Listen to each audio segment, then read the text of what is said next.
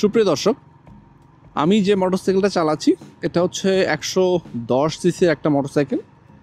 তো প্রায় 10 বছর ধরে চালাচ্ছি। মিটারে এই পর্যন্ত যে সংখ্যাটা উঠেছে, আমি কত কিলো চালিয়েছি সেটা হচ্ছে 84,760.90 ঠিক এখন। তো প্রায় 10 বছর, মানে 2015 সালের এই মার্চ মাসেই আমি এই মোটরসাইকেলটা কিনেছিলাম। তারপর থেকে আজকে পর্যন্ত চালাচ্ছি। আজকে 2025 সালের মার্চ মাস। তো এই সময় পর্যন্ত আমি এই মোটরসাইকেলটা চালানোর পিছনে মানে ভিন্ন কোনো মোটরসাইকেল না নেওয়ার পিছনের যে কারণ, সেটা আজকে আপনাদের সাথে একটু শেয়ার করব। যদিও বাজারে কিন্তু এখন হায়ার সিসির যে বাইক বা মোটরসাইকেল প্রচুর আছে, স্পেশালি 350 সিসি পর্যন্ত লিমিট দেওয়ার কারণে এখন কিন্তু মার্কেটে প্রচুর মোটরসাইকেল আসছে।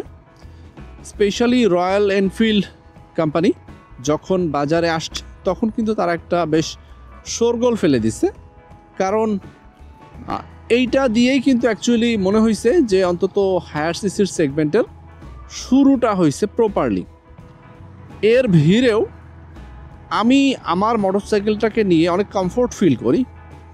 তো সেই বিষয়টাই আজকে আপনাদের সাথে বলবো যে কেন এই বিষয়টা, মানে 110 সিসির একটা মোটরসাইকেল চালিয়ে বা একটা লোয়ার সিসির একটা মোটরসাইকেল চালিয়ে আমি এখন পর্যন্ত কমফোর্ট এবং আমার স্যাটিসফ্যাকশন কাজ করছে, সেই বিষয়টাই আজকে আপনাদের সাথে একটু শেয়ার করার চেষ্টা করব।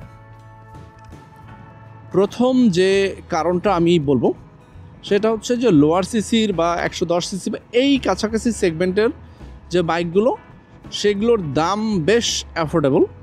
মানে যে কেউ চাইলে একটা মোটরসাইকেল যদি কিনতে চায় যে না আমি 110 সিসি বা 100 সিসি বা 125 সিসির এই টাইপের কোনো একটা মোটরসাইকেল কিনবো, তাহলে কিন্তু সে খুব সহজেই এইরকম একটা মোটরসাইকেল কিনতে পারে। মানে খরচের কথা বিবেচনা করে তাকে খুব বেশি চিন্তা করতে হয় না। এইটা আসলে এখন পর্যন্ত আপনি যে কোনো ব্র্যান্ডেই যান না কেন, আপনি দেশি ব্র্যান্ড থেকে শুরু করে ইন্ডিয়ান ব্র্যান্ড বা জাপানি ব্র্যান্ড বা যে কোনো ব্র্যান্ডেই যান না কেন, দেখবেন যে এগুলোর খরচের যে ব্যাপারটা সেইটা আসলে খুব বেশি পার্থক্য থাকে না। আমি যদি বর্তমান সময়ে বলি তাহলে 90,000 থেকে শুরু করে আমার ধারণা যে 1,30,000-এর ভিতরে বা 1,40,000-এর ভিতরে আপনি একটা ভালো মানের ভালো কোম্পানির এই সেগমেন্টের মানে এরকম সিসির একটা বাইক কিনতে পারবেন। দ্বিতীয় যে কারণ, এই লোয়ার সিসির যে মোটরসাইকেলগুলো স্পেশাল 110 সিসি 125 সিসি এই বাইকগুলো আসলে ডেফিনেটলি ফুয়েল এফিশিয়েন্ট হয়। তো যেই কারণে আপনার খরচ কেনায় যেমন খরচটা কম লাগতেছে, আপনার ব্যবহারেও কিন্তু এইটার খরচটা তুলনামূলক কম হয়। আপনি যে ধরনের ফুয়েলেই চালান না কেন, অকটেন বা পেট্রোল যেটাতে আপনি চালান না কেন, দেখবেন যে আপনার এই ধরনের মোটরসাইকেল ইঞ্জিনগুলো ডেফিনেটলি ফুয়েল এফিশিয়েন্ট হয়। তারপরের যে ব্যাপারটা, ঢাকা শহরের মতো একটা সিটিতে বা সিটি রাইড করতে যে বা কমিউটার বাইক হিসেবে এই রকম সিসির বা এরকম লোয়ার সিসির যে মোটরসাইকেলগুলো আছে এগুলো আপনাকে সবচেয়ে ভালো সাপোর্ট দিবে। তারপর এই সেগমেন্টের মোটরসাইকেলগুলোতে সেফটি বা চুরি হওয়ার যে ভয়টা, সেই বিষয়টা কিন্তু আমি দেখেছি যে তুলনামূলক কম থাকে। যেগুলো ধরেন 125-এর উপরে গেলেই যে কোনো মোটরসাইকেলেই কিন্তু আপনার একটা ভয় হওয়ার বা চুরি হওয়ার একটা প্রবণতা থাকে। মানে এগুলো যে চুরি হয় না সেটা বলছি না, বাট যারা চোর থাকে তাদের টার্গেট থাকে একটু দামি বাইকের প্রতি। আসলে আপনার এই ছোট বাইক বা অল্প দামের বাইকের প্রতি তাদের এই আগ্রহটা তুলনামূলক কিন্তু কমই থাকে। তো চুরির কথা যদি আপনি বিবেচনা করেন তো সেইটাও কিন্তু এই মোটরসাইকেলগুলো মানে এখন পর্যন্ত মানুষের চয়েসে থাকার বড় একটা কারণ, যে আপনি এগুলো কিনলে আসলে মানে যেখানে সেখানে পার্কিং করে রেখে যাওয়া বা চুরি না হওয়ার যে ভয় বা চুরি হওয়ার যে ভয় সেটা কিন্তু তুলনামূলক কম থাকে। এর পরের যে বিষয়টা বলি সেটা হচ্ছে যে এটার মেইনটেনেন্স। এটা হচ্ছে দারুণ এবং চমৎকার একটা ব্যাপার। এই জাতীয় বা এরকম লোয়ার সিসির মোটরসাইকেলগুলোতে বা আমার মোটরসাইকেলটাতে মেইনটেনেন্সের যে খরচটা সেটা কিন্তু আমি যদি মনে করি তুলনামূলক অনেক অনেক কম। দেখা যায় যে 3 থেকে 4 মাস পর পর আমি যখন একবার সার্ভিসিং করাই তখন 3 থেকে 4,000 টাকার মতো একটা খরচ, এটা আমার ক্ষেত্রে। অনেকের ক্ষেত্রে একটু কম যেতে পারে, আবার অনেকের ক্ষেত্রে বেশি যেতে পারে। আমার এমনও হয়েছে যে আমি 6 মাস আগে একটা সার্ভিস করাইছি, ওই 6 মাসের ভিতরে আমাকে আর নতুন করে কোনো সার্ভিসিং করাইতে হয় নাই।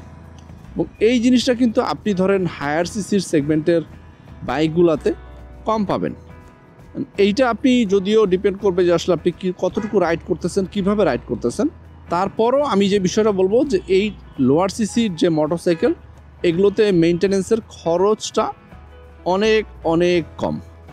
এরকম লোয়ার সিসি মোটরসাইকেলের মেইনটেনেন্সের আরেকটা ভালো দিকটা হচ্ছে যে এগুলোর পার্টসপাতির যে দাম, এটা বেশ কম হয়ে থাকে এবং বেশ অ্যাভেলেবেল হয়ে থাকে, এটাও আমি বলবো। কারণ এগুলো আপনার চেঞ্জ করতে বা পরিবর্তন করতে আপনাকে খুব বেশি হিসেব নিকেশ করতে হবে না। আপনি ধরেন যে ধরনের রাইডার হন না কেন, বা আপনি সলভেন্ট হন, বা আপনার মোটামুটি একটা বাইক আছে, আপনি এগুলোর পার্টসপাতি চেঞ্জ নিয়ে আপনাকে খুব বেশি বেগ পোহাতে হবে না, যেন ওরে বাবারে অনেক টাকা খরচ হয়ে যাবে, অনেক দাম, এই বিষয়টা আপনাকে চিন্তা করতে হবে না। লোয়ার সিসির মোটরসাইকেলগুলো আমি বলবো যে অনেক ক্ষেত্রে এনভায়রনমেন্ট ফ্রেন্ডলি, কারণ এগুলোতে হচ্ছে আপনার পাওয়ার কনজামশনটা তুলনামূলক কম হয়, বাট আপনার কাজ হয়ে যাচ্ছে ভালোভাবে। তো যেই কারণে এগুলো মোটামুটি পরিবেশের জন্য ভালো, আমি সেই জিনিসটা বলতে পারি। লোয়ার সিসি সেগমেন্টের বা এরকম সেগমেন্টের বাইকগুলো বা মোটরসাইকেলগুলো চালানোটা কিন্তু তুলনামূলক সহজ, এবং যে কেউ চাইলে এগুলোকে মোটামুটি চালাইতে পারে। একটা হায়ার সিসির মোটরসাইকেল চালাইতে গেলেও কিন্তু সেটার ওয়েট বা এই বিষয়গুলো বা টেকনোলজিক্যাল যে ব্যাপারগুলো থাকে, এগুলোর সাথে অনেকে অভ্যস্ততা হইতে একটু সময় লাগতে পারে। বাট এগুলোতে কিন্তু বেসিক যে ধরন থাকে এবং চালানোর ক্ষেত্রে সেগুলো দিয়ে কিন্তু আপনি এই মোটরসাইকেলগুলো চালাতে পারবেন। সো খুব সহজেই আপনি এই মোটরসাইকেলগুলো চালাতে পারবেন, বা শেখার ক্ষেত্রে বা শুরু করার ক্ষেত্রে এই টাইপের মোটরসাইকেলগুলো কিন্তু একটা বেস্ট অপশন। সুপ্রিয় দর্শক, তো এই ছিল বেশ কয়েকটা কারণ যে এখন পর্যন্ত 10 বছর ধরে আমি ঢাকা শহরে সিটি রাইডার হিসেবে বা কমিউটার বাইক হিসেবে আমি এই লোয়ার সিসির সেগমেন্টের এই বাইকটা বা মোটরসাইকেলটা ব্যবহার করে আসছি। এটার যে কারণগুলো সেগুলো আপনাদের সাথে একটু শেয়ার করলাম। আশা করি আমার এই মতামতের সাথে অনেকেই একমত হবেন। তো যদি কারো ভিন্ন মত থাকে অবশ্যই কমেন্টে জানাবেন। এতক্ষণ আমার ভিডিও দেখার জন্য আপনাদের সকলকে অসংখ্য ধন্যবাদ।